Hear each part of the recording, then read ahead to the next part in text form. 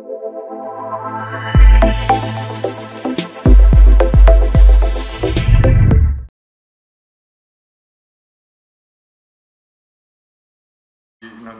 사성제에 관한 내용입니다. 그 앞에 번호가 붙어 있듯이 그리고 유튜브 화면 하단에 보면은 일종의 순서겸 해가지고 그 앞으로 우리가 공부해야 될 제목이 나오고 있죠. 그리고 맨 처음이 사성제, 두 번째가 뭐 이제 보온, 유기처 이러면서 4번이 인연연기인데 지난 몇 달간은 우리가 네 번째에 해당하는 인연연기를 우리가 그 전에 공부해온 순서상 이제 인연연기 공부를 했고요. 오늘은 이제 처음으로 다시 돌아가서 사성제부터 공부를 시작해 보겠습니다. 사실 사성제는요, 가장 기초부터 가장 심오한까지 다 포섭을 하고 있죠. 아시겠지만은. 근데 내용 자체가 굉장히 어렵죠. 사성제 안에 12연기가 다 또 포함이 되어 있고 아주 심오한 내용입니다. 이게. 그러다 보니까 부처님께서도 설법을 하실 때 경전에 그렇게 나와 있어요.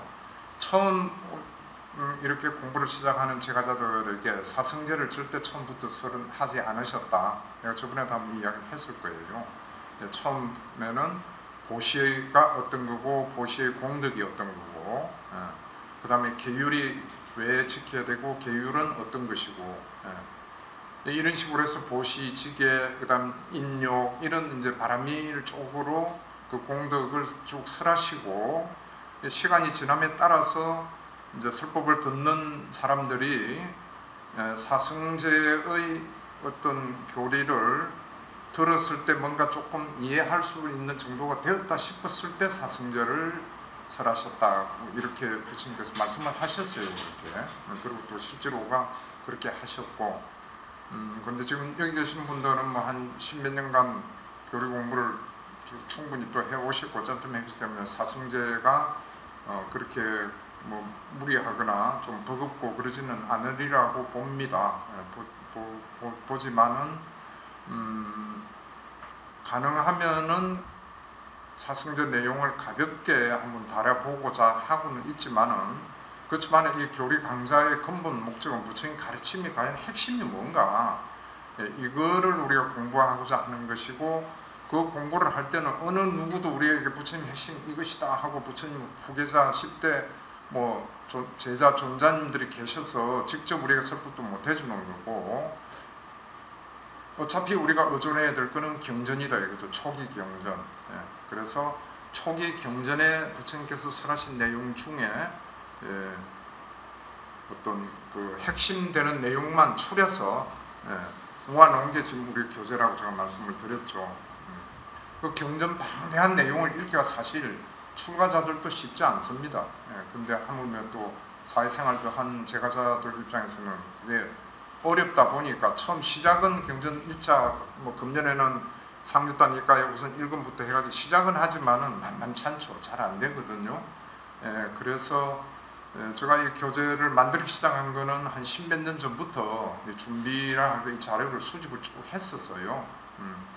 그러한 이제 어떤 결과물로 지금 이 교재가 나오는 거라 이렇게 보시면 되고 그렇기 때문에 여기에 나와 있는 내용들은 정말 그 중요한 내용, 가장 핵심이 되는 내용을 뽑다 보니까 좀 어렵습니다, 사실은. 쉬운 내용들 경전에 많이 있어요.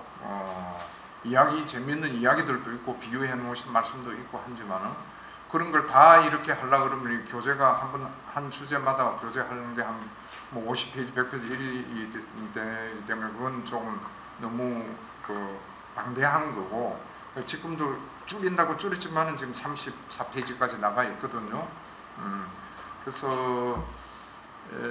뭐 제가 이렇게 설법을 한다는 차원을 떠나서 경전에 있는 내용을 모아놓은 것이다 하는 것에 항상 그 염두를 두시고 누차 지금 말씀을 드렸지만은 이걸 읽으시면서 조금이라도 뭔가 원전은 어떻게 되어 있는가 하는 생각이 나실 때는 반드시 해당 경전 전체를 찾아서 이 경남발을 그래 다 달아놨잖아요.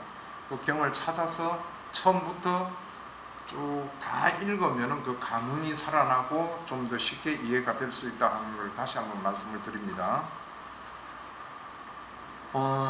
사성제 이거는요 정말 좋은 그 제목이라 할까 표현이 그런 것 같아요. 예. 영어로도 뭐 For Noble Truth 이렇게 성스러운 네 가지 진리. 예. 그래서 만약에 우리가 어떤 사람들이 질문을 한다 이거죠. 부처님 가르침을 한마디로 뭐라고 이야기하면 좋겠습니까? 했을 때 대답이 수십 가지가 나올 수 있겠죠. 부처님 가르침은 뭐 무상고 무아 삼특상이다, 뭐 무아를 가르치셨다, 뭐 이러는데 딱 한마디로 이야기하라 그러면 사성제입니다 이러면은 그냥 속말로 끝나는 거예요. 거기에 대해서는 이론의 여지가 없죠. 그럼 사성제란 어떤 겁니까? 이제 이랬을 때 강론으로 들어가줘야 되겠죠. 그 말인즉슨 우리가 부처님 법을 공부해 가고 살아가면서 실천을 하고 수행을 하고 실천을 할 때 항상 이 머리에 먼저 화두라 할까? 머리 글로 딱 두어야 될 게 사성제다. 그 개념을 잘 정립을 시키시고 거기에 부원해서 또 다시 한번 말씀드리면 사성제다 해도 되고요. 팔정도다 이래도 똑같은 대답입니다. 둘 다가 같은 내용이죠.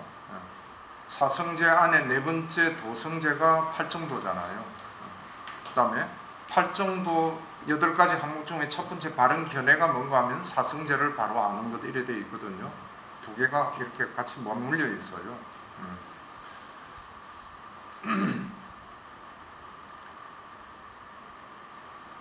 일단 지금 이 교재는 앞에 차례에 나와 있듯이 총론과 네 항목, 강론 이렇게 두 개로 크게 나눠져 있습니다.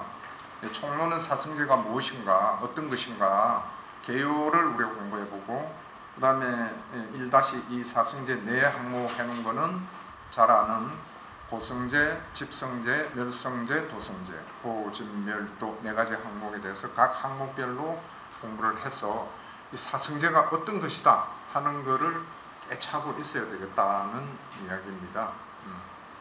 그럼 이 총론에 들어가기 전에 한번 우리가 또 정리하는 점에서 짧게 한번 정리를 해보죠.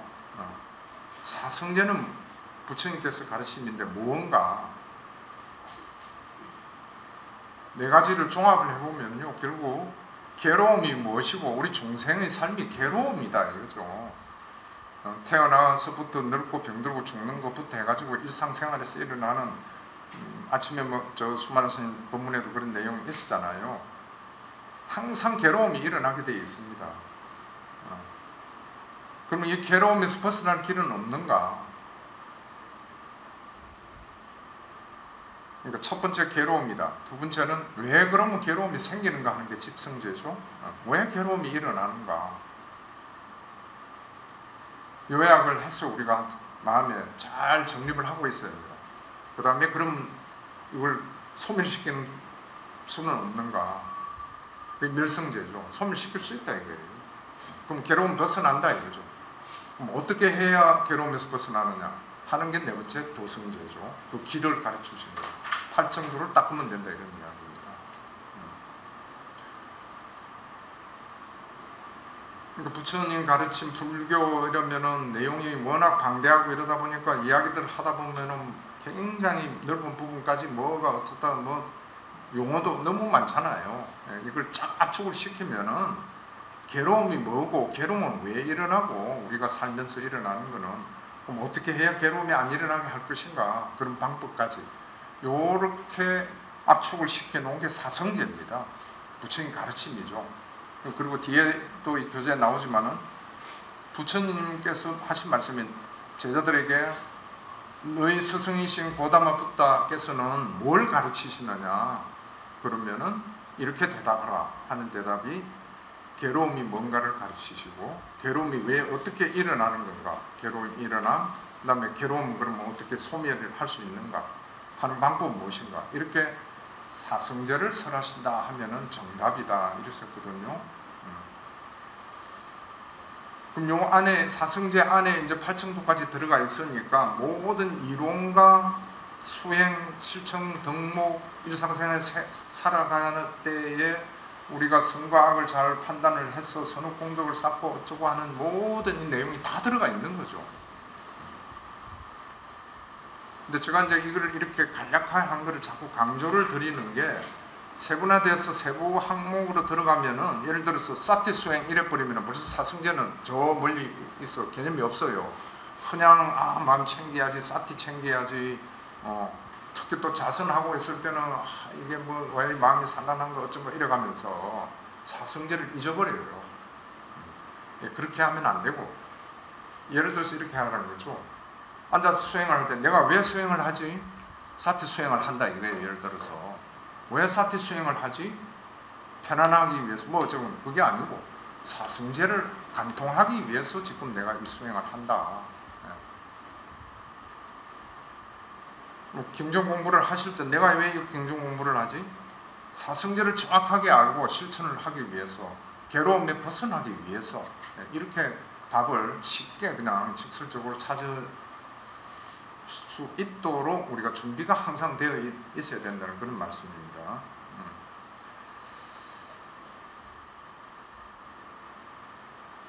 그리고 부처님 가르침이 그 사성제가 전부 다 하는 거를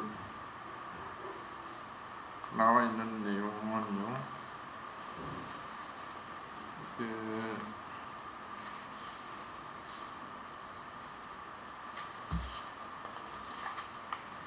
교재 만든 게 출력해가지고 아침에 내가 10시 다 돼가지고 전달을 받아가지고 사전에 조금 검토를 못 해서 지금 조금 찾는 게 있습니다만.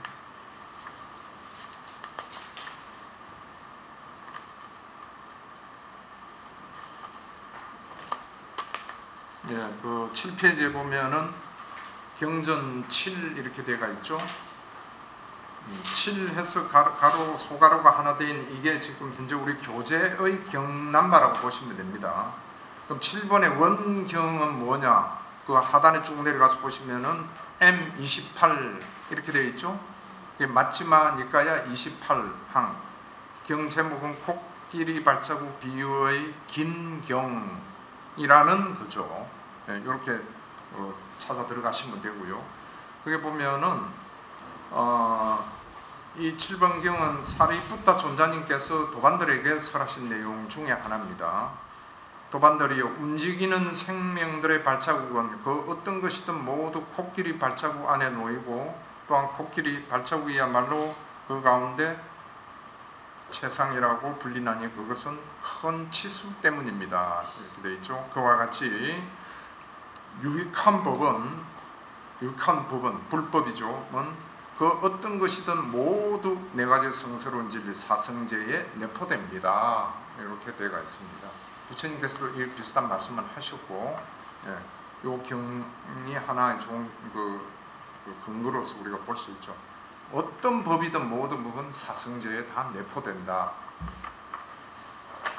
그래서 다시 그 3페이지로 돌아가서요. 사성제 총론 들어가 보겠습니다. 또 시간상 이걸 한번 1번 경이 이게 그 4페이지에 보면은 이게 초전법륜경이거든요. 그 초전법륜경은 좀 길입니다, 내용이. 그래서 이걸 다 같이 좀 이렇게는 물론 여기는 좀 압축해가지고 해놨지만은 우리가 그 예불 할 때 저녁 예불 같은데 할 때는 초전법륜경을 처음부터 쭉 다 합송도 하고 그렇게 했습니다만은, 그래서 이게 1번 첫 번째는 내용은 이미 들어서 아실 거예요. 그래서 같이 합송은 안 하고요. 제가 그냥 간단 설명하면서 넘어가 보겠습니다. 이 부처님께서 맨 처음 설하신 설법의 내용이 이게 초전법륜경입니다. 그러니까 성도하시고 설법을 할 대상자를 찾으시다가 이제 찾은 대상들이 다섯 비구죠. 그래서 옛날에 같이 수행을 하던 5 비구들에게 최초로 불법을 설하신 내용이 초전법륜경, 지금 이 경전입니다. 이 안에 사성제가 그대로 들어가 있는 겁니다. 그러니까 최초의 설법에서 이미 사성제를 말씀하신 거죠. 예.